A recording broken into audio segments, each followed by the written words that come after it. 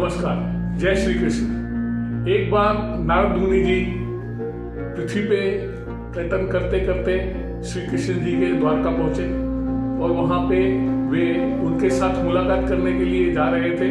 तब श्री कृष्ण भगवान को ध्यान में आया कि श्री नारद मुनि मेरे पास खुद को सर्वश्रेष्ठ भक्त जाहिर करवाने के लिए या मानने के लिए आ रहे हैं। तब उन्होंने दोनों हाथों से अपना माथा पकड़ लिया।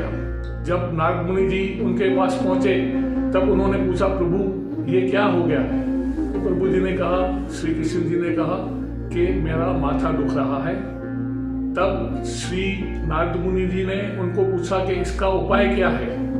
तब श्री कृष्ण जी ने ऐसा कहा कि जो सर्वश्रेष्ठ भक्त मुझे खुद के चरणामृत पिलाएगा और वो पीने से मेरा ये माथे का दुखावा, माथे का सर का दुखावा मिट जाएगा।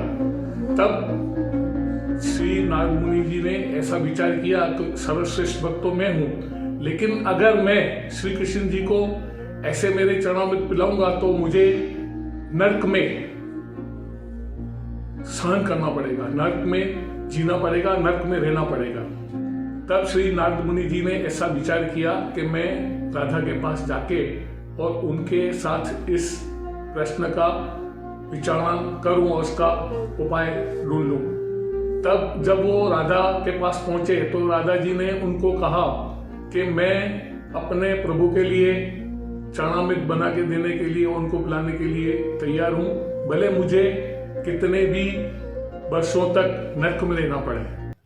और तब उन्होंने राधा जी के पास से उनका चरणामृत बनवा के लिया और जैसे ही वे श्री कृष्ण जी के पास जा रहे थे तो कृष्ण जी ने उनके सामने हंस के बात किया कि चरणामृत पीना वो बहुत बड़ी बात नहीं है, लेकिन इसके पीछे का जो उपाय है, जो कारण है, वो ये है कि अगर भक्त है और सर्वश्रेष्ठ भक्त है तो अपने प्रभु के लिए वो कोई भी अलग विचार करने से पहले उनके दुख को, उनके तकलीफ को दूर करने का विचार करेगा, जैसे श्री राधा जी ने किया है।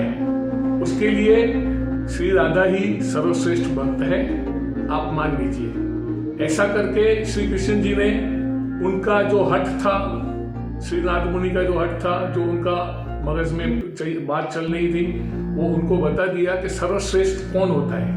और सर्वश्रेष्ठ को पुरवार करने के लिए, उसको साबित करने के लिए श्री कृष्ण ने ये सब जो किया, उससे श्री नारद मुनि ने मान लिया कि मैं सचमुच सर्वश्रेष्ठ भक्त नहीं हूँ, सर्वश्रेष्ठ भक्त तो राधा ही है।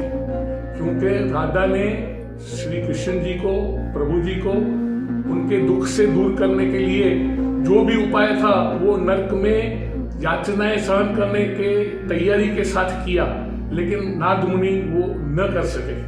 तो हमको भी इस कथा से यही सबक लेना चाहिए कि सर्वश्रेष्ठ होने के लिए खाली कहना और बताना ये सर्वश्रेष्ठ होता नहीं है, लेकिन सर्वश्रेष्ठ की पराकाष्ठा में परीक्षाएं और तकलीफें जो है उसमें से भी उत्तीर्ण होना चाहिए। इस कृष्ण और राधा के जो संबंध थे वो संबंध प्रेम के संबंध थे।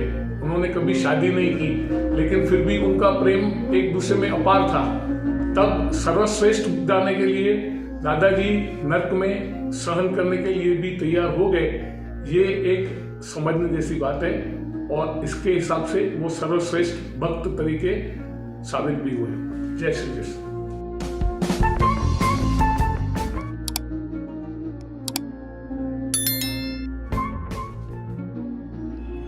आप हमारे इस चैनल को सब्सक्राइब कीजिए, लाइक कीजिए और अपने दोस्तों, यारों, मित्रों को ये शेयर कीजिए।